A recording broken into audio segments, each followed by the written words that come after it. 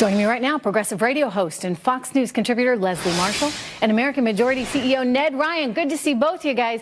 Hey, Ned, you look at this and face value here, it's pretty straightforward. There's seven countries that President Obama also identified as problems. He's putting a temporary ban. Shouldn't we want to do this to make sure everybody is as safe as possible? No, exactly. And I think the thing that was interesting over the weekend is see the left's response and the media's response. Hysterical, devoid of reason, devoid of facts, devoid of historical perspective. You're right, Trish. This list of 7 states was compiled by Obama's deputies back in 2015. These 7 states are either official state sponsors of terrorism or safe havens for terrorism. And the thing that I really want to make a point is this is not a ban on Muslims. 8 of the 10 largest countries with the largest Muslim populations are not banned. This is a common sense approach. And here's the thing, it's only 90 to 120 days, depending on whether it's a look at these countries or the refugees.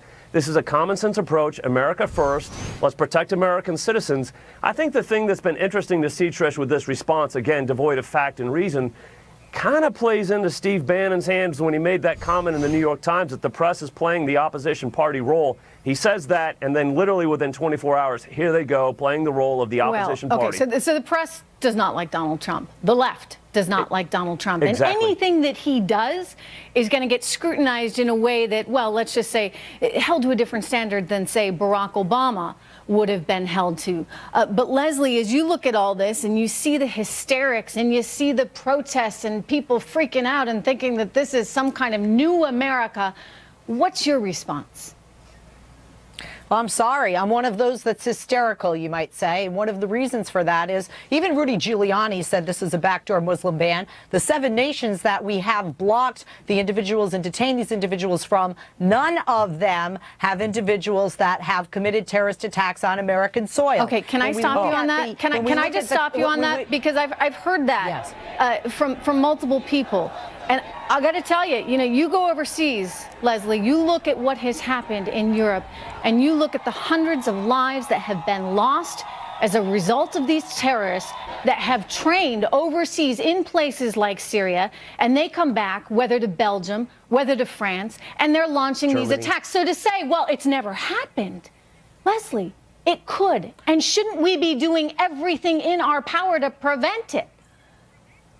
Well, what I think is interesting is that the Muslim countries that aren't on the list are all countries where our president has business dealings. Oh, when we look at the hijackers on 9/11, the majority of hijackers came from Saudi Arabia. If we want to be safer, we need to stop. Okay, so this is a complaint. No, Ned, this is a complaint that people on the left are making. I think it's a little bit of a distraction. They live in an alternate hang on, people are asking, why is it that he only selected these 7 and he didn't make it broader? Was this, Ned, because he didn't want it to be a Muslim ban, that he wanted to just segregate out these 7 countries, which Obama had already identified as known sponsors of terror that have no idea who's actually in their countries to begin with?